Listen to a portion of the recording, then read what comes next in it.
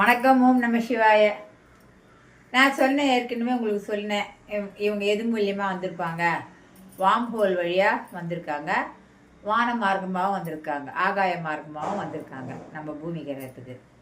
அப்படி வந்தவங்க எதுக்காக வந்தாங்கன்னா, மோரோவர் அவங்க தங்கத்தை எடுத்துகிட்டு போகிறதுக்காக தான் வந்தாங்க. ஏன்னா அவங்க தங்கத்தை மின் கடத்தியாக பயன்படுத்தினார்களாம். நாமெல்லாம் எப்படி பயன்படுத்துகிறோம்? செப்பு, அதுவும் இப்போ மின்சாரம் கண்டுபிடிச்ச அப்புறம் தான். நான் சொல்கிறது பூமி கிரகம் தோன்றிய புதிதில் அவங்கெல்லாம் தங்கத்தை தேடி தான் முதல்ல பூமி கிரகத்துக்கு வந்திருக்காங்க. எந்த கிரகத்தில் தங்கம் இருக்குதுன்னு அவங்க ஆராய்ச்சி பண்ணி அந்த கிரகத்துக்கு வந்திருக்காங்க. அப்படி தங்கத்தை எடுத்துக்கொண்டு சென்றிருக்கிறார்கள். அப்போது நம்ம முன்னோர்கள்லாம் இருந்திருக்காங்க இல்லையா, அவங்கெல்லாம் அந்த குகையில் வேலை செய்திருக்காங்க. அந்த வேலை செய்து இவங்க பறக்கும் தட்டில் அந்த தங்கத்தை எல்லாம் எடுத்துக்கொண்டு போயிருக்காங்க. அப்போ இவங்கெல்லாம் ரொம்ப வினோதமான தோற்றத்துடனும் ஒரு கலரிங், ஒரு ப்ளூ கலர் பச்சை கலர்லேயே இருந்து அந்த பறக்கும் தட்டுகளில் லைட்னிங் அது இதெல்லாம் இருந்தோடனே இவங்களை கடவுளாக நினச்சி அவங்களாம் வணங்கி அதெல்லாம் வரைஞ்சி வச்சுருக்காங்க. எதில் வரைஞ்சி வச்சுருக்காங்க? குகை சிற்பங்களாக வரைஞ்சி வச்சுருக்காங்க. இந்த மாதிரிலாம் வந்தாங்க, இந்த மாதிரிலாம் எடுத்துகிட்டு போனாங்க அப்படின்றதெல்லாம் அவங்க விளக்கமாக குகை சிற்பங்களாக வரைஞ்சி வச்சுருக்காங்க.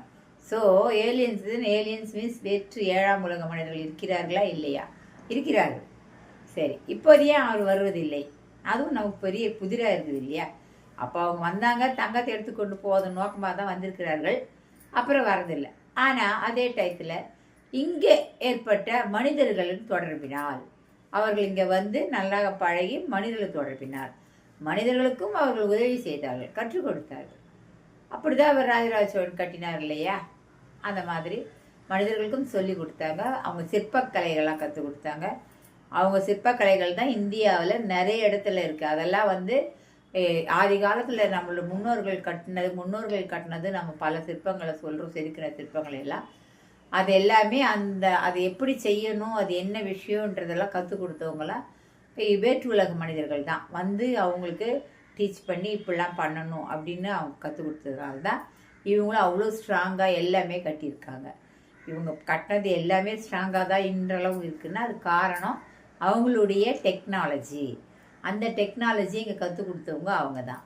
அதுக்கப்புறம் அவங்க ஏன் இங்கே வர்றதில்லைன்னு தெரியல. ஆனால் இப்பவும் வேற்று உலக மனிதர்கள் போவதாக தான் கூறுகிறார்கள். ஆனால் நம்ம கண்ணுக்கெல்லாம் அவங்க புலப்படலை. ஏன்னா அவங்க எத்தனை பரிமாணங்கள் ஒரு உலகத்துலேருந்து வராங்களோ, எத்தனை பரிமாணங்களோட போகிறாங்களோ நமக்கு தெரியல. ஆனால் இதுலேயும் ஒரு விசேஷமான செய்திகள்லாம் உண்டு. அதை பற்றி நம்ம அடுத்த வீடியோவில் பார்க்கலாம். வணக்கம்.